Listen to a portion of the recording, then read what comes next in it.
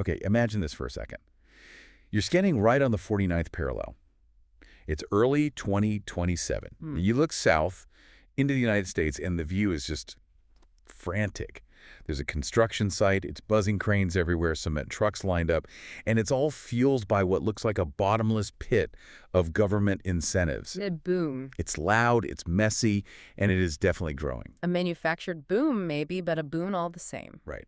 But then you turn around, you look north into Canada, and the landscape is quiet. Eerily quiet. Yeah, developers are hesitating. They're, running numbers on spreadsheets. They're worried about tax bills, stressing over permitting timelines that seem to stretch on forever. Right. We aren't just talking about different skylines here. We are looking at a financial cliff forming right along the border. It is a stark image, but I think it really captures what we're digging into today. We're looking ahead to 2027, and this divergence between the U.S. and Canadian commercial real estate markets, it's becoming impossible to ignore. And it's going to catch people off guard. It absolutely is, because so many are still operating on, 2019 logic. Exactly.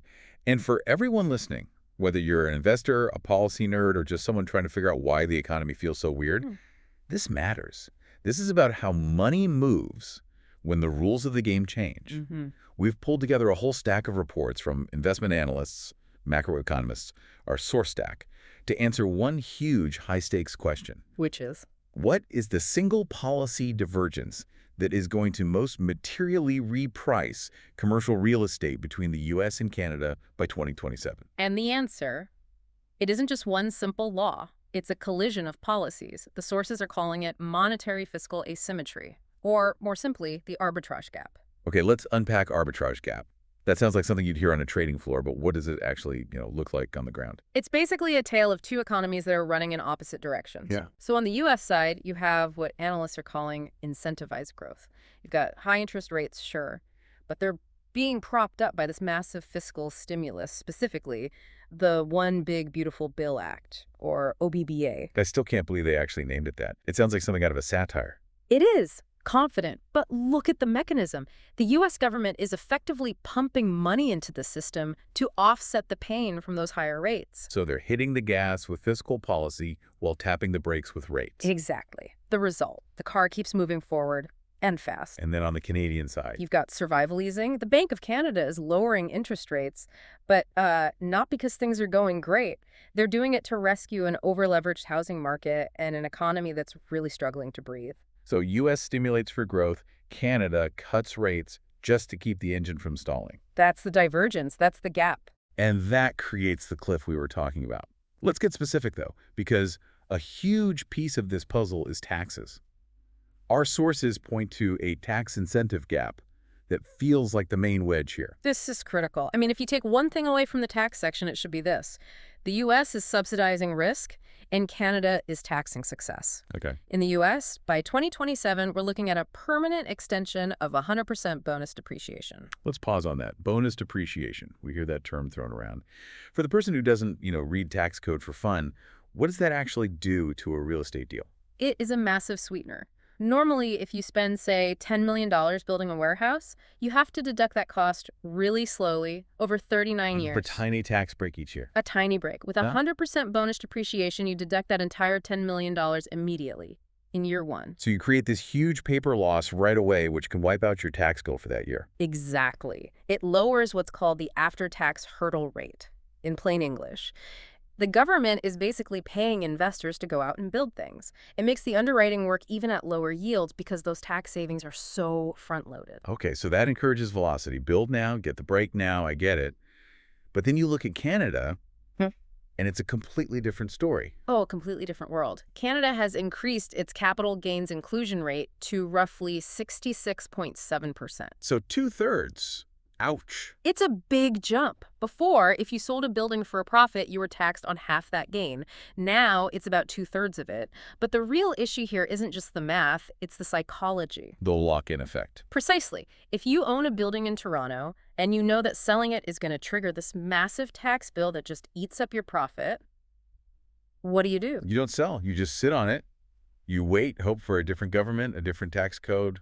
something. And that creates stale pricing. Nobody sells, so there are no transactions to set the market price. The market just freezes up. Meanwhile, the U.S. has a liquidity boom. A total boom.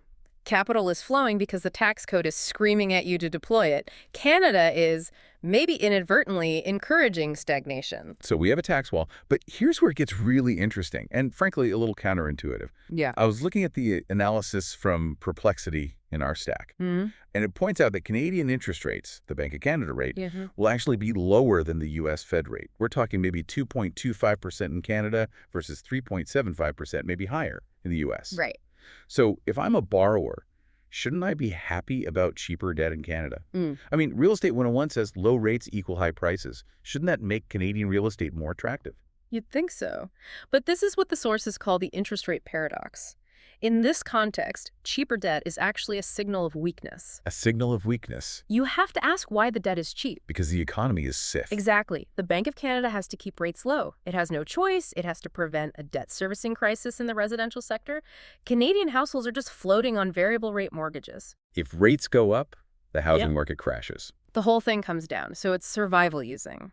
An institutional investor looks at that 2.25% rate and they don't see opportunity, they see distress. Whereas in the U.S.? In the U.S., you have higher rates, but you get what's called risk-free plus returns. You have a growing economy, you have fiscal support, you have currency strength.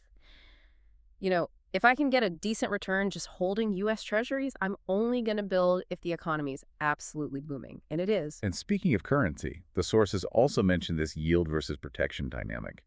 If the Canadian dollar is weak, and we're seeing projections of 71, 72, 73 cents U.S. Then your returns in Canada are just shrinking when you convert them back to a global baseline. That's the key. If you are a global investor or even a Canadian pension fund looking south, the U.S. offers yield and a currency floor. But Canada offers. Canada offers cheap debt, but you're fighting a depreciating asset base. It's like swimming upstream. You might be a fast swimmer, but the current is pushing you backward. That is a great analogy. Okay, I want to pivot to something that feels less financial, but it acts exactly like a tax. The sources call it regulatory velocity. This is one of my favorite concepts from the research because it's so tangible. We're not talking about percentages on a spreadsheet anymore. We are talking about time. And in real estate, time is the enemy of your return. The difference in the timelines is just, it's staggering. The reports compare approval cycles in hubs like Toronto and Vancouver against the U.S. Sunbelt. And we're seeing 7 to 10 years for approvals in those Canadian markets. Years. Years, from concept to shovel. Now, compare that to 9 to 12 months for what they call mission-critical infrastructure, think data centers.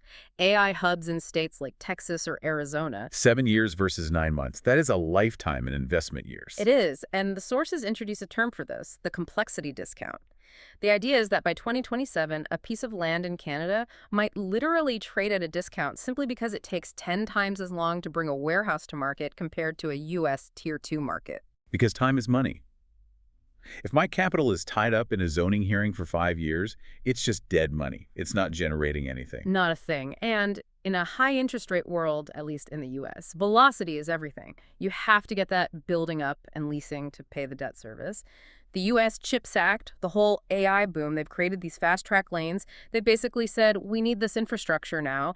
Get the red tape out of the way. And Canada is. Canada is still stuck in traffic, filling out forms in triplicate. Okay, to make this concrete, one of our sources modeled a specific scenario, a case study of a hypothetical Canadian REIT they called North Logistics.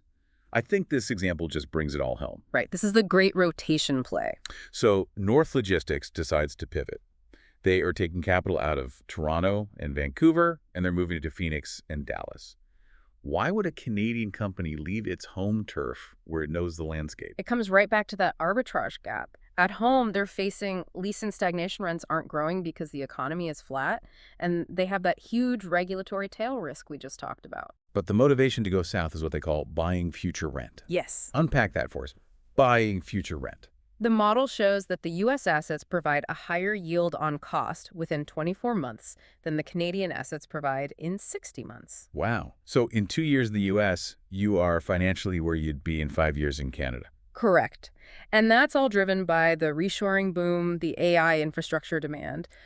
There is just more hunger for space in the U.S. But there's another layer to this North Logistics play. It's a bit cynical, but it's very smart. The currency hedge. The CAD devaluation play. Right. If the Canadian dollar is projected to drop to, say, 72 USD, buying U.S. assets is a hedge.